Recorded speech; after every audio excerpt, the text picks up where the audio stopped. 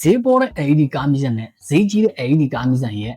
အဓိကကွာခြားချက်၃ချက်နံပါတ်1သူ့ရဲ့အသုံးခံမှုသူ့ရဲ့ light span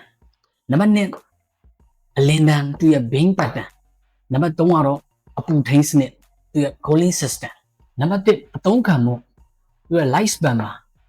ဈေးကြီးတဲ့ LED ကားမီးစံတွေကရေရှည်ပူခံတယ်တစ်ခါတက်ဆင်ပြီးပြန်ပြန်အဖြစ်3နှစ်ကနေ9နှစ်အထိခံနိုင်တယ်အထက်ပုံရင်လည်းပိုနိုင်တယ်ဒါပေမဲ့ဈေးပေါ်တဲ့ LED ကားမီးစံတွေကတော့လွယ်လွယ်နဲ့ပျက်စီးလွယ်တယ်နံပါတ်2အလင်းတန်းပုံစံ beam pattern ဒါကတော့အရေးကြီးတယ်ဈေးကြီးတဲ့ LED ကားမီးစံက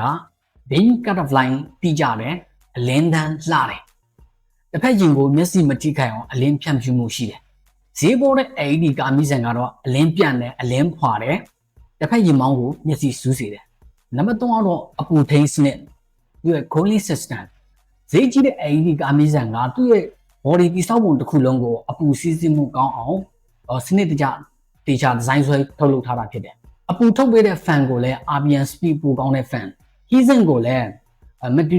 material ကောင်းတာတုံးထားလေးရှိတယ်ဈေးပေါ်တဲ့ LED ကားမီးစံကတော့ cooling system မကောင်းတာကြောင့်တက်တန်းတူတယ်အလင်းအားကျတာမြန်ဒီတော့ဈေးပေါ်တဲ့ LED ကားမီးစံကိုဝယ်ပြီးနှစ်ပေါင်းများစွာအကြိမ်ကြိမ်လဲပြီးတော့အသုံးပြုနေမှာထက်အခါတည်းယုံကြည်စိတ်ချရစွာအသုံးပြုနိုင်တဲ့အရေးအသွေးမြင့် LED ကားမီးစံကိုရွေးချယ်တာကရေရှည်မှာပို့ပြီးတော့အကုန်ကျတက်တာနိုင်ပါတယ်